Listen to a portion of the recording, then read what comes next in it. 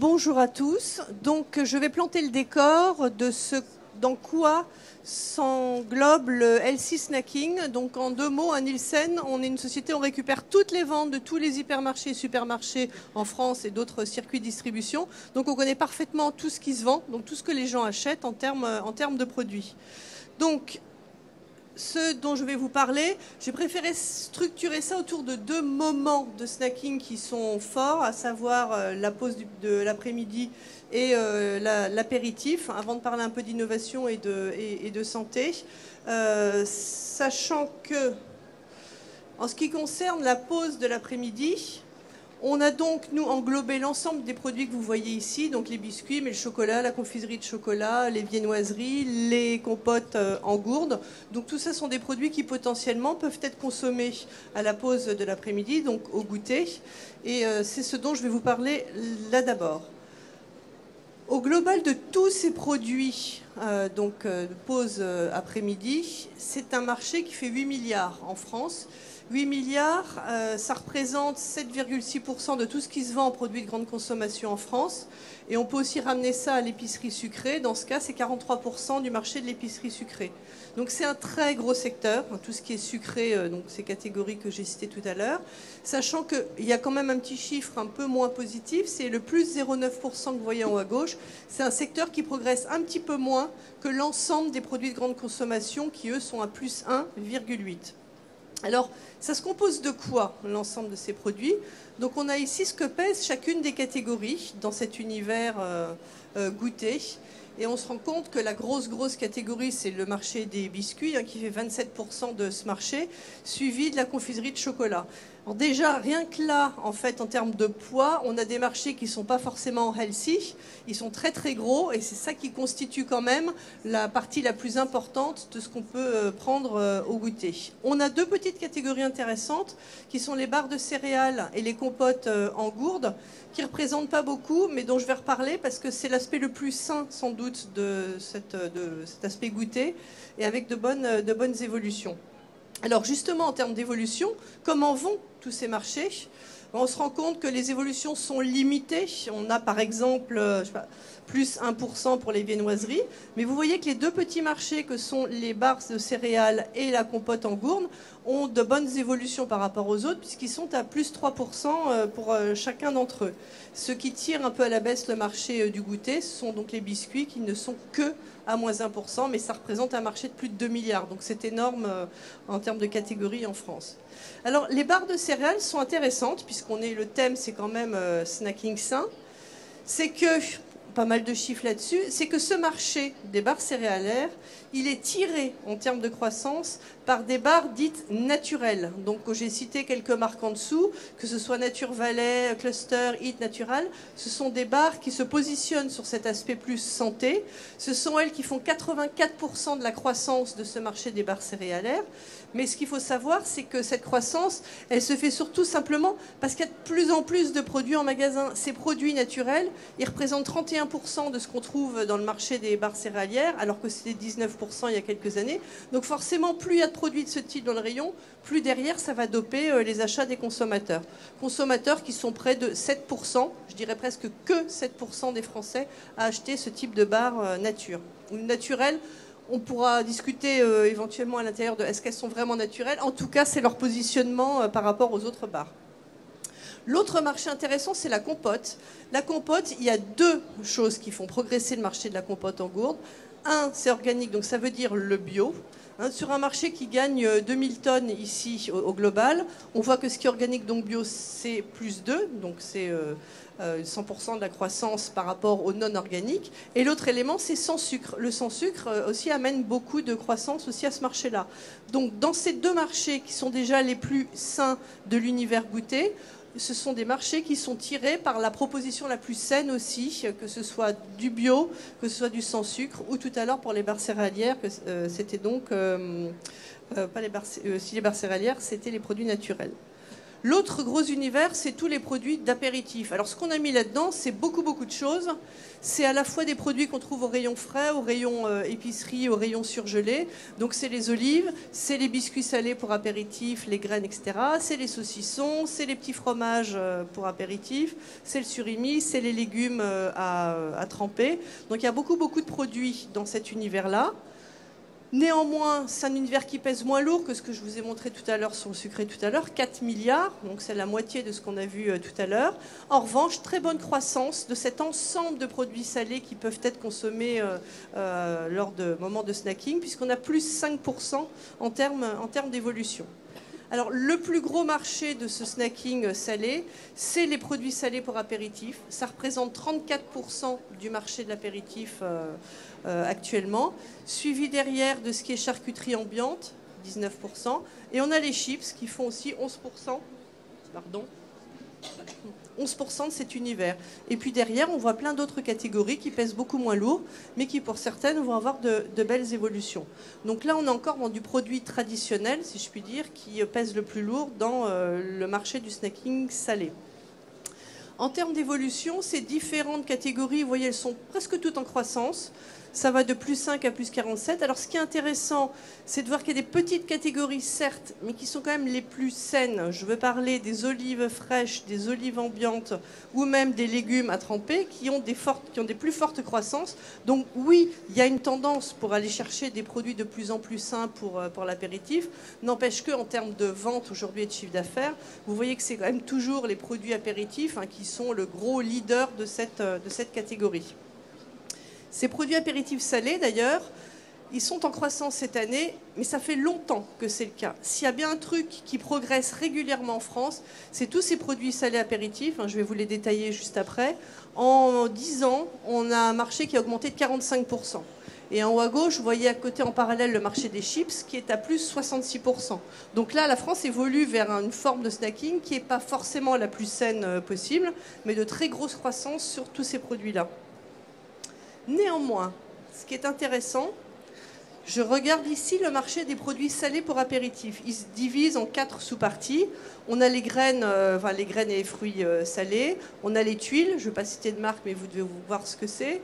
Les crackers et les extrudés. Ce qui est intéressant, c'est que la plus grosse catégorie sont donc les graines et fruits salés, qui font 580 millions d'euros de chiffre d'affaires. C'est eux qui apportent le plus de croissance au marché des produits salés apéritifs, puisqu'ils apportent 25 millions d'euros supplémentaires. C'est plus 5% en croissance, mais c'est quand même de ces 4 produits, si je ne me trompe pas, ce qui est le plus sain en termes de proposition de snacking apéritif. Et au sein de ces graines, c'est intéressant aussi de se rendre compte que ce sont plutôt les graines nobles, donc les pistaches et autres produits de ce type-là, qui sont le plus fortement en croissance par rapport, par exemple, aux cacahuètes ou à d'autres produits mixtes. Ces graines, d'ailleurs, qui progressent ici au sein du marché de l'apéritif, c'est un phénomène qu'on retrouve aussi au rayon frais. On a ici, sur 3 ans, l'évolution de ce que les Français achètent de façon générale en fruits et légumes, parce que rien ne nous empêche de manger une pomme au moment du snacking, ou une banane. Bon, globalement, le marché des fruits en France, il n'est pas tellement porteur, il n'est qu'à moins 1%. Avec quand même ici, on voit 2 petites choses intéressantes. C'est qu'un, les jeunes, entre guillemets, puisqu'on parle de moins de 50 ans sans enfants, ils sont à plus 2%. Et les familles à plus 1%. Donc il y a un petit quelque chose sur un marché qui est quand même énorme quand on parle de fruits, une tendance à acheter plus de fruits de la part des familles donc, qui ont des enfants et des jeunes. Et il y a un autre phénomène très intéressant, c'est que dans ce méga univers, tout ce qui est cacahuètes, amandes, pistaches, noix, noisettes est en très très forte croissance, quelle que soit la cible.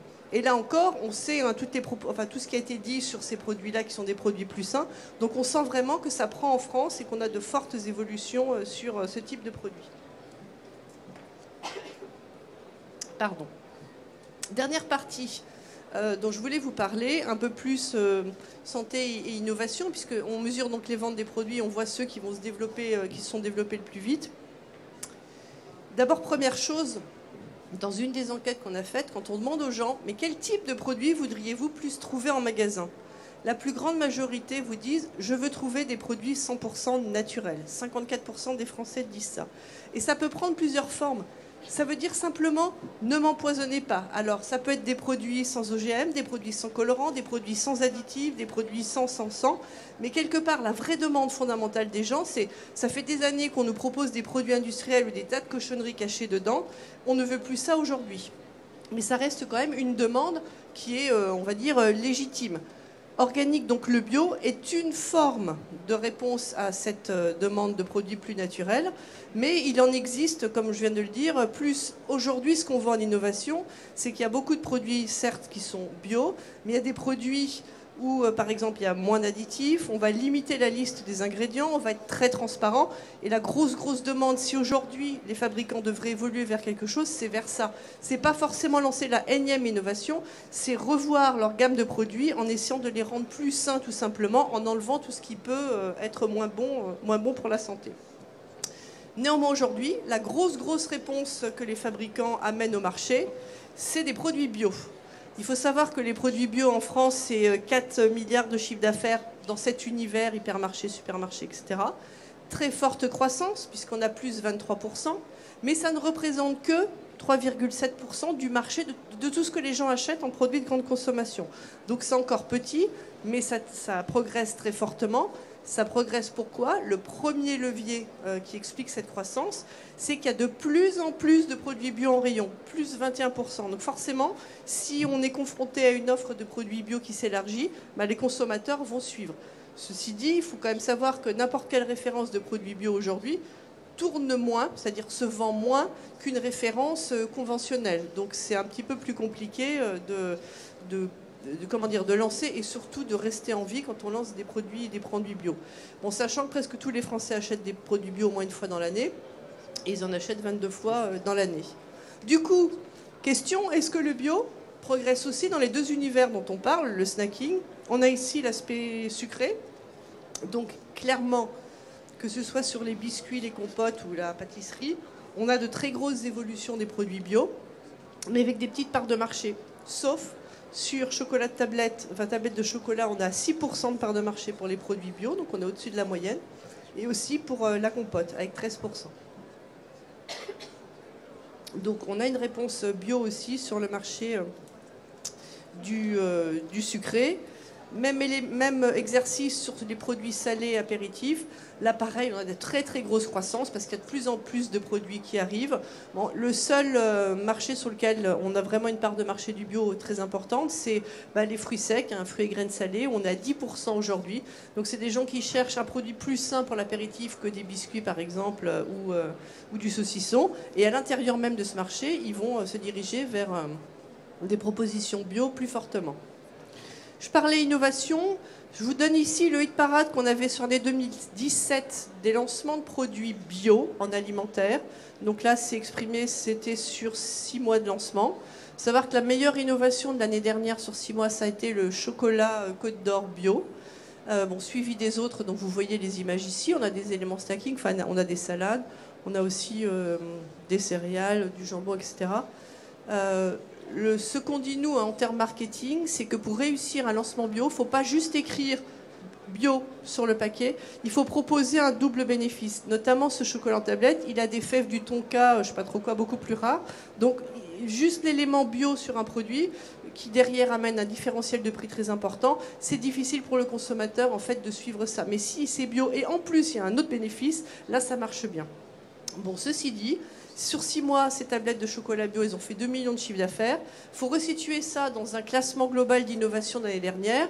Le produit alimentaire qui a le mieux fonctionné, ça a été Bonne Maman Intense. Donc c'est une confiture de fruits avec moins de sucre. Et vous voyez quand même que dans les blockbusters, comme on dit, on n'a pas que du snacking sain. On a les brownies granola, on a les brownies Milka, les bâtonnets de glace M&M's. Donc ce vers quoi vont les gens, c'est quand même plutôt du plaisir avant l'aspect sain uniquement. Et du coup, ça c'est ce qu'on a depuis le début de l'année, c'est des lancements bio. Donc on a du beurre, on a des petits pots pour bébé, du café, etc. Donc il y a beaucoup plus de lancements bio cette année que les années précédentes. Pour finir, ce que j'ai envie de dire, c'est que lorsqu'on regarde les innovations par type de produit. Est-ce que c'est des innovations plaisir, des innovations pratiques, des innovations naturelles? Le gros paquet qui est en bleu, c'est le plaisir. Quand on parle d'alimentation en France, il faut que ce soit bon, il faut que ce soit que ça corresponde à du plaisir. Et c'est bien ce que reflète ce petit questionnaire qu'on avait posé. Qu'est-ce qui est pour vous le plus important quand vous choisissez un produit alimentaire? C'est la fraîcheur, le goût, la qualité. Donc on reste quand même en France, on n'est pas dans un pays de super aliments, on ne va pas manger comme les cosmonautes demain matin.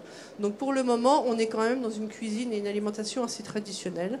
Donc voilà, pour finir, ce que je dirais, oui, on voit des mouvements vers du snacking plus sain, mais ce qui se passe, c'est pas des gros mouvements de catégorie, genre on n'arrête pas d'acheter de la confiserie de chocolat pour acheter des fruits, des fruits par exemple, mais dans la catégorie qu'on a choisie, on va aller se porter vers une version plus saine de ce produit, qu'elle soit bio, qu'elle soit plus transparente, etc. Donc c'est comme ça en fait qu'on voit en ce moment bouger les Français vers une alimentation plus saine sur le moment du snacking. Voilà, je vous remercie. Bonjour à tous. Pour compléter ce que vient de vous montrer Isabelle, je vais vous faire un autre angle sur la compréhension du snacking en vous présentant deux choses. D'abord, une étude qui a été faite pour un acteur qui est Mondelez et d'essayer de comprendre comment les Français comprennent ce mot snacking. Est-ce que ça correspond pour eux à un acte réel, à vraiment des choses qu'ils font dans la vraie vie?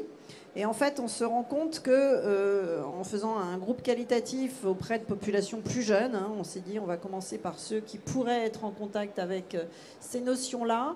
Et on s'est rendu compte qu'en fait, le mot snacking a une image très très négative et que ça leur parlait pas du tout. On a été obligé de refaire les groupes en abordant les choses d'une autre façon, en parlant des encas, en parlant de ce qui est consommé entre les repas et en parlant des vrais repas des Français. Donc il y a vraiment un rejet de ce terme qui est vécu comme très anglo-saxon. Et ensuite, on s'est dit, on va regarder qu'est-ce qu'ils font, est-ce qu'ils le font vraiment? Et on s'est rendu compte qu'en effet, le snacking est vraiment une pratique qui est forte, mais il a fallu faire une façon de questionner qui était très particulière, parce que au lieu de dire est-ce que vous consommez des produits en dehors des repas, les Français veulent pas en entendre parler parce ils sont tellement conditionnés dans un modèle où on mange le midi, le soir et le matin et on fait pas autre chose, qu'ils n'arrivent pas à avouer qu'ils vont prendre des consommations en dehors. Donc on s'est rendu compte qu'en fait, oui, c'est vrai qu'ils avaient ces consommations, mais qu'on était obligé, pour les faire aborder ce sujet, de leur dire mais parlez-nous de ce que vous mangez et qui n'est pas un repas, avec cette norme de repas qui est le modèle traditionnel. Et donc là, ils ont réussi à nous parler de ce qu'ils faisaient, et en effet, ils sont très nombreux à le faire. Je vous parlerai tout à l'heure d'une cible qui sont les urbains entre 18 et 54 ans, où 85% le font, mais ce n'est pas quelque chose qui est naturel, et on ne veut pas en parler facilement, mais c'est des choses qui sont très liées à des moments de vie, et vraiment à des centres d'intérêt qui font qu'on va le faire dans des interstices au cours de la journée. Donc on a fait ce questionnaire qu'on a posé donc à plus de 1000. On a pris plutôt des 18-64 ans pour avoir une population qui soit pas vers les plus âgés, qui sont un petit peu dans une alimentation très traditionnelle. Et on a abordé le sujet de cette façon-là. Est-ce que ça vous arrive de manger ou de boire en dehors des repas, et qu'est-ce que c'est, à quoi ça correspond? Et donc on voit qu'en effet, ce qui est le plus commun pour 50% des adultes interrogés, c'est le fait de boire ou de manger en encas. C'est le terme qui est le plus commun. Et l'autre chose, et là qui est vraiment partagée aussi et qui fait partie finalement de ce qu'on fait, c'est l'apéritif. Tout à l'heure, Isabelle a présenté ces produits-là. Donc ça, pour 50% des Français, en effet, on prend des apéritifs, on continue à prendre des apéritifs en France. Et l'occasion qui arrive après, à 48%, c'est le goûter. Le goûter, on l'observe dans nos carnets alimentaires, ça s'est installé au cours du temps, c'était chez les enfants, et petit à petit, les jeunes adultes, c'est générationnel, se mettent à faire une pause, et vous allez voir, elle est très structurée, cette pause, elle est reconstruite comme un repas. On a cette faculté en France à ajouter avec le produit solide aussi du liquide, et il y a plusieurs composantes. Et puis ensuite, et c'est ça, c'est ces points-là sur lesquels a priori, on s'était dit, c'était pas forcément quelque chose qu'on appréhendait, c'est que finalement, il y a aussi des prises qui correspondent à du déjeuner ou à du dîner sur le pouce, qui sont considérées comme des choses qui ne sont pas des repas. Ça veut dire que pour eux, on ne mange pas, mais on fait cet acte-là souvent pour combler des vides ou parce qu'on ne peut pas faire autrement. Et il y a quand même 12% des Français qui ne le font jamais. Hein. Donc pour 12% des Français de la population, on ne mange jamais en dehors du petit déjeuner, du déjeuner et du dîner. Donc sur ces occasions qu'on a appelées des non-repas, on ne savait pas trop comment les définir, voilà un petit peu ce qui est le plus fréquent, les goûters qui sont faits pour 48% des Français, l'heure de l'apéritif et la pause du matin qui va être la plus fréquente, celle qui se fait entre le petit déjeuner et le déjeuner, plus d'autres qui vont en faire en dehors, juste avant le goûter.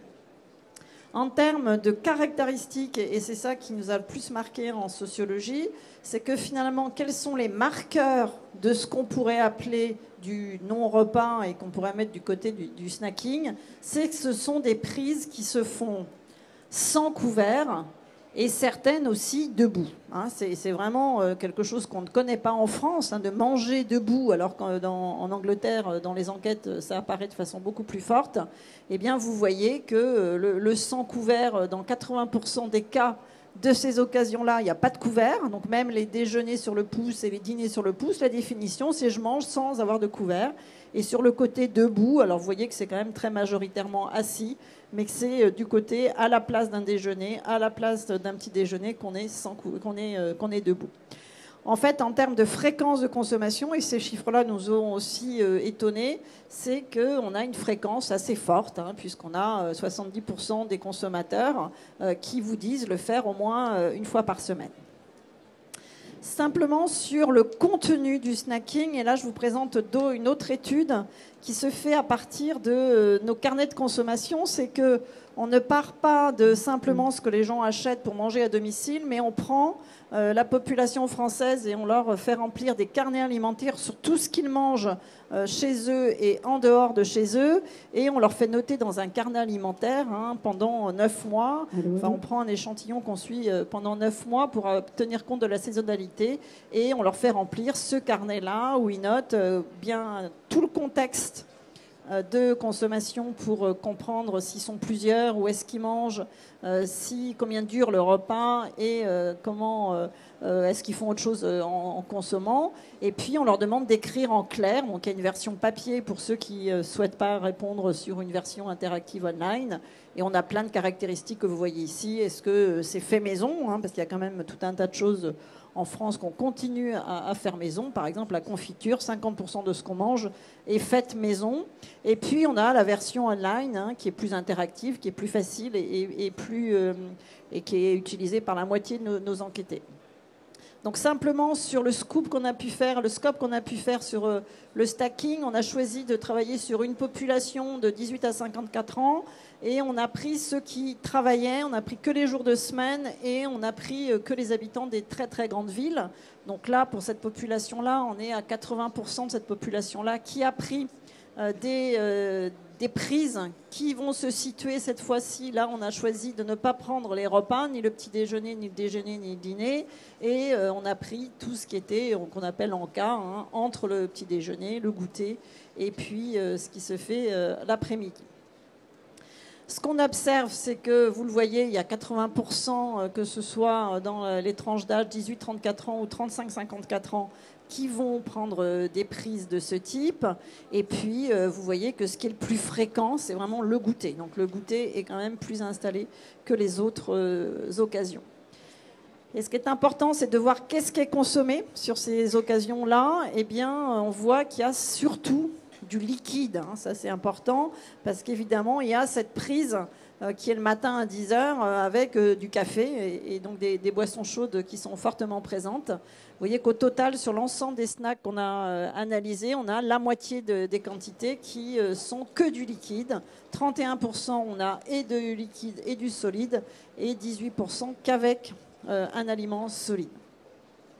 Si je regarde maintenant la composition de l'ensemble des snacks qu'on a analysés, eh bien, vous voyez de la même façon, quand c'est en quantité, c'est encore plus fort ici, c'est que finalement, on va avoir pratiquement les 3/4 qui vont être des volumes de boissons, avec en premier des volumes qui sont liés aux boissons chaudes et ensuite de l'eau. Donc en France, on a en effet des consommations de liquide qui sont très healthy, puisqu'on ne boit, vous voyez qu'à 80% dans ces occasions, que des boissons chaudes ou de l'eau. Et l'eau, on est un des pays où notre volume de liquide bu, c'est plus de 50%, c'est de l'eau. Donc on est un des pays où on boit le plus d'eau. Et il y a très peu de boissons sucrées, puisque vous le voyez ici, les sodas pèsent très peu. Et du côté du solide, de la même façon, donc les premiers produits consommés, ce sont des produits céréaliers. Donc ça peut être du pain, et le pain est présent dans les goûters. C'est la première consommation. Après arrivent les biscuits. Et vous voyez que les fruits, ça arrive en second. Donc les fruits, ça fait partie aussi de ce qu'on consomme. Donc dans la réalité de ce que les gens vont consommer à ces occasions-là, majoritairement, on a des produits qui sont des produits sains, enfin des produits qui ne correspondent pas forcément aux idées qu'on en a. Et puis simplement pour finir sur ce lien avec la santé, en termes de poids de ces snackings dans le bol alimentaire, en termes d'énergie, c'est 7% pour ceux qui en prennent, pour les journées des personnes qui en ont pris, c'est 7% d'énergie, et ça pèse un peu plus en sucre, plus que 13%, puisque ces snacks vont contribuer à 13% des apports en glucides simples, en sucre. Et puis en eau, il y a 10% des apports en H2O, puisque vous l'avez vu, il y a beaucoup de boissons. Voilà, juste simplement pour rebondir, mais ça a beaucoup été dit ce matin et Isabelle l'a présenté, évidemment, on a une très forte demande, et donc sur ces produits-là de naturel. Ici, c'est une question qu'on pose dans cette même enquête sur qu'est-ce que vous faites pour avoir une alimentation saine, qu'est-ce que vous choisissez? Donc il y avait d'autres items et vous voyez que le produit naturel augmente.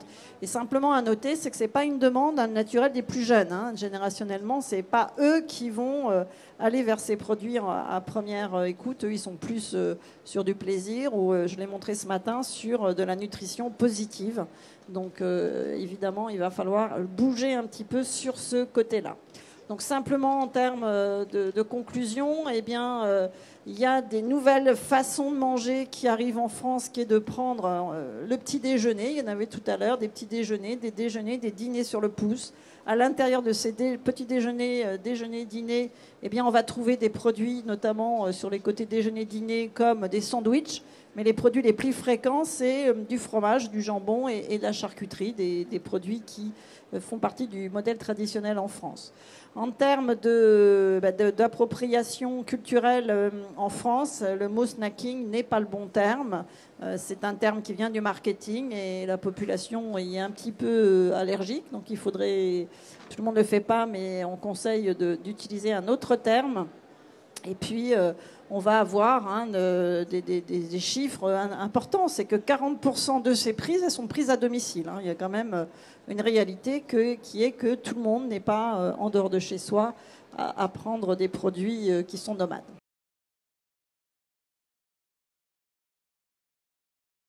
On va essayer, après ces deux présentations qui nous ont redonné un peu des éléments de contexte sur le marché, essayer de répondre à la question, à mon avis, qui est assez difficile. Déjà, rien qu'en notant, je me suis dit dans la présentation, snacking et nutrition. Est-ce que ce sont deux mots que l'on peut associer ou pas? Et comme le disait Pascal à l'instant, il y a une connotation très marketing du mot snacking et on se demande si on peut y ajouter le côté healthy. Donc déjà, la première chose en termes de nutrition, quelle est la définition du snacking? Alors elle a évolué parce qu'au départ, on peut considérer, vous l'avez rappelé toutes les deux, que le snacking c'était une prise alimentaire hors repas. D'accord ? Mais ça veut dire quoi dans tous les pays? C'est-à-dire qu'en France c'est assez clair puisqu'on a des habitudes traditionnelles de 3 repas, mais dans les autres pays, qu'est-ce que ça veut dire? Une prise alimentaire hors repas aux États-Unis, en Angleterre? Donc ça s'est élargi aujourd'hui sur tout ce qui est, on va dire, prise alimentaire sur le pouce. Ça, vous l'avez rappelé également. C'est-à-dire qu'on peut y intégrer des produits comme les substituts de repas, les box, etc. Donc en fait, c'est extrêmement large. Et moi, je dirais que je rajouterais un autre élément qui n'est pas en général noté dans les définitions. En nutrition, pour nous, le snacking, ce serait peut-être des petites quantités.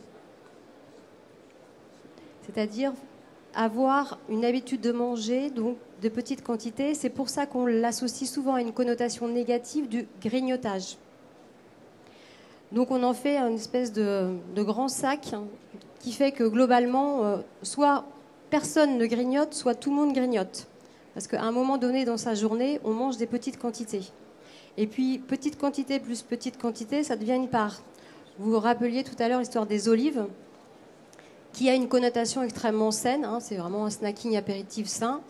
En termes de valeur calorique au 100 grammes, vous vous amuserez à regarder. C'est extrêmement calorique, puisque quand on presse, on en fait de l'huile. Hein. Donc voilà. Donc on confond le côté sain par rapport à la naturalité et par opposition, on oublie un petit peu la valeur calorique que ça peut apporter au sein de son alimentation. C'est pourquoi je vous ai remis ce petit schéma. Donc, est-ce que finalement, il y a un impact en termes de nutrition, ce qui est la vraiment bonne question. Le fait d'étaler sa consommation, donc son besoin énergétique, en plusieurs prises, est-ce que c'est 3 ? Est-ce que c'est 5 ? Et est-ce que ça peut être 10 ? Mais là, je vous ai parlé d'étaler nos besoins caloriques. C'est-à-dire que si on considère qu'on a besoin de 2000 calories, est-ce qu'il y a un impact en termes de santé sur le fait de le consommer en 3 fois, en 4 fois ou en 10 fois ? Alors, on a des réponses scientifiques. La première est de dire que si on étale trop, c'est-à-dire que si on fait 2 repas, par exemple, par jour, pour être un peu caricatural, c'est-à-dire qu'on fait 2 fois 1000 calories pour arriver à ces 2000 calories, eh bien notre organisme a tendance à se dire « Ouh là là, c'est un peu trop éloigné, je vais surstocker quand je vais manger ». Donc c'est l'effet un petit peu de la restriction. Notre organisme n'a pas tellement envie d'être à un moment donné en déficit de nutriments comme par exemple le sucre, et risque notamment d'avoir un problème de fonctionnement du cerveau ou avoir une hypoglycémie, etc. Donc, lorsque l'on étale trop, c'est négatif, c'est-à-dire qu'on fait une surcharge pour pouvoir stocker, pour éviter d'être en déficit.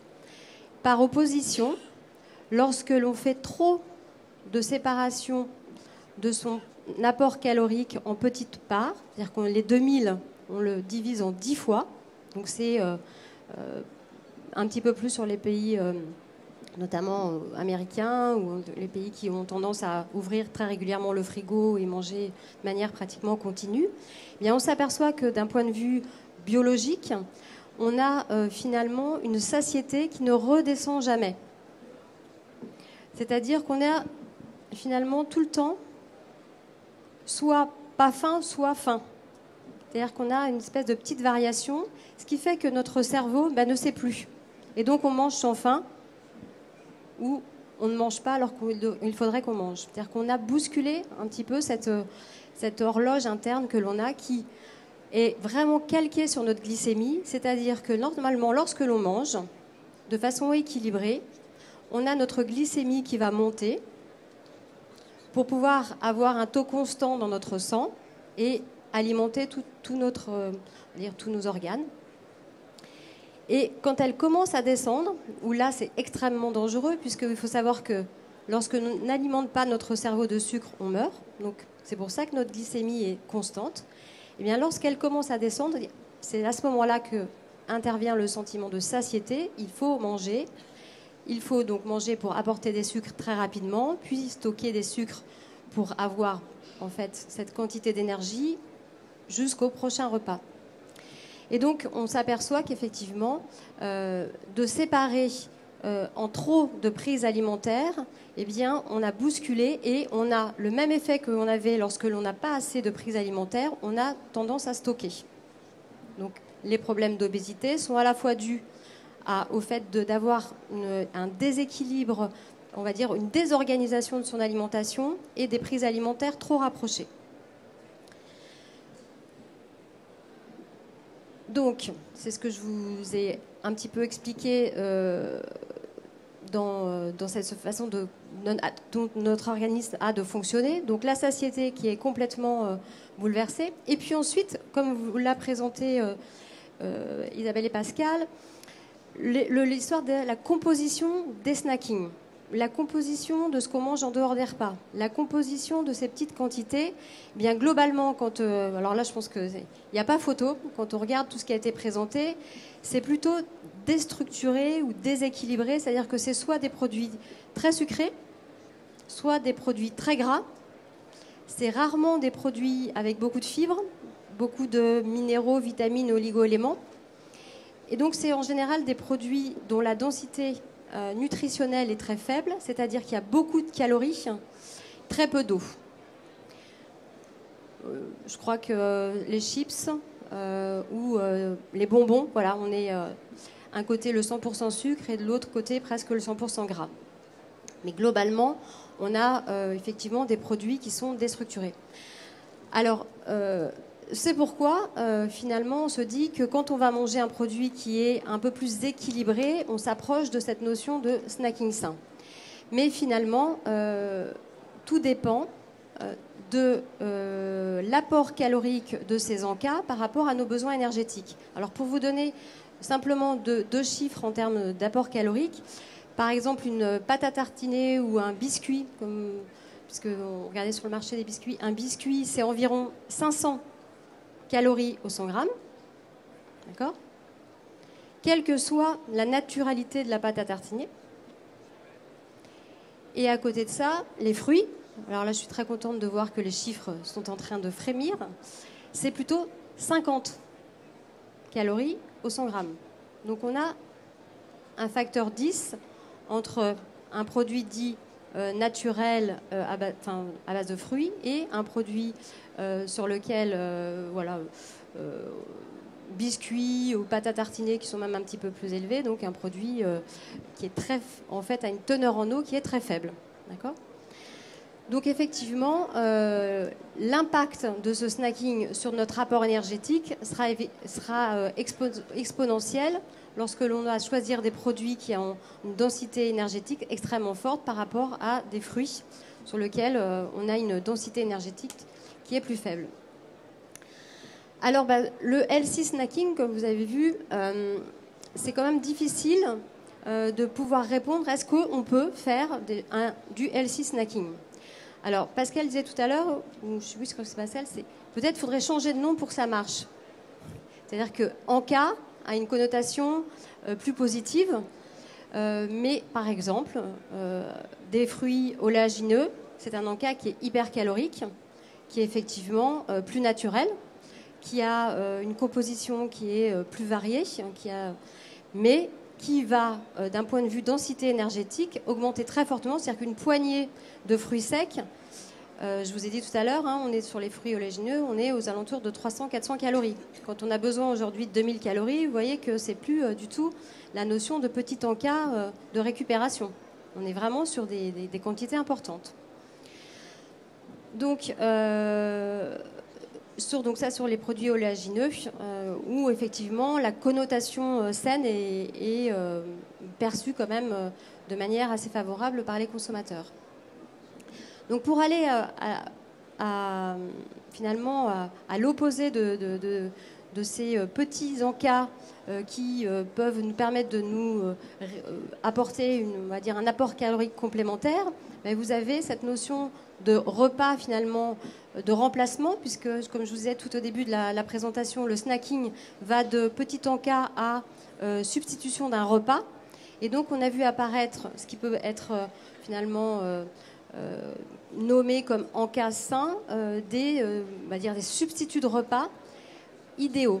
C'est-à-dire qu'on prend nos 2000 calories, on regarde la répartition idéale protéines, glucides, lipides, la teneur en vitamines, en minéraux dont on a besoin, et on en fait une boisson liquide qui est censée effectivement vous apporter de façon idéale tous les nutriments dont vous avez besoin au cours d'un repas. Donc, c'est vraiment, on va dire, les substituts de repas. Et là, la question se pose, est-ce que c'est effectivement sain ? Est-ce qu'on est sur un encas sain ? Notre organisme, comme vous le voyez, on est constitué d'une bouche qui va mâcher, d'un tractus intestinal qui va digérer au fur et à mesure. Et on voit bien que tout ça va amener ce fameux signal au cerveau qui va nous dire stop ou encore par rapport à l'apport énergétique, par rapport à l'équilibre de ce qu'on est en train de manger. Donc on voit bien toute la limite de ces repas liquides que l'on ne mâche pas, que l'on va ingurgiter de manière extrêmement rapide. La présentation ce matin sur le fast-food ou slow food, la problématique, effectivement, la rapidité avec laquelle on va manger va avoir une incidence sur la quantité, puisque notre cerveau n'aura pas le temps de s'adapter. Donc effectivement, tous ces snackings sains qui sont censés remplacer un repas sont à placer en termes d'alimentation de manière extrêmement occasionnelle, tout comme l'apéritif ou tout comme tous les autres encas. Donc la petite conclusion, on n'a pas vraiment de réponse. Pas vraiment de réponse. Est-ce que le snacking est sain ou est-ce qu'il peut être sain ou est-ce qu'on peut effectivement travailler sur la dénomination? Parce que de toute façon, le mot snacking, et ça a bien été rappelé, mais en nutrition c'est pareil. C'est comme pour le marketing. Ça a une connotation extrêmement négative. Mais au-delà de la connotation, à l'intérieur, il y a vraiment une gamme de produits complètement différente. Donc, est-ce qu'on a intérêt à renommer pour que ce soit finalement plus attractif pour les consommateurs ou est-ce qu'on a intérêt à leur expliquer que notre alimentation doit avoir une régularité, une prise qui doit être adaptée plutôt aux alentours de 4 à 5 prises dans la journée, avec une répartition qui doit être équilibrée, et que finalement, un snacking ne peut pas être sain. C'est d'un point de vue nutritionnel qui est quelque chose qui est absolument antinomique, puisqu'on doit considérer l'ensemble de la journée. Donc il peut être sain en fonction de ce qu'on aura mangé au repas avant ou ce qu'on va manger au repas après, ou ce qu'on va compléter. On parlait du goûter, c'est-à-dire qu'un snacking peut être sain ou au contraire, il peut être entre guillemets malsain, mais s'il est complété, par exemple, je sais pas, une barre sucrée qui va être complétée par un produit laitier et un thé, on a à ce moment-là un goûter qui est sain, alors que pris individuellement, on a 3 produits qui n'avaient pas forcément une connotation saine. Donc tout ceci doit se replacer dans le contexte d'alimentation globale et de pédagogie de notre alimentation et ne doit pas finalement se focaliser sur la nature même de l'encas. Donc tout ça pour vous dire que, ce qui serait intéressant finalement de communiquer et de proposer, c'est d'expliquer, avoir une pédagogie plus globale sur l'équilibre alimentaire d'une manière générale et la composition même des produits. Et ensuite, effectivement, il y a la naturalité. Donc là, on a vraiment une demande consommateur pour une attention particulière aux produits plus naturels et essayer par ce biais-là de pouvoir leur expliquer qu'effectivement tout ce qui est naturel n'est pas particulièrement sain, mais par contre de pouvoir travailler justement la pédagogie sur l'alimentation, sur la journée et pouvoir définir la notion de snacking sain en comparaison avec la journée.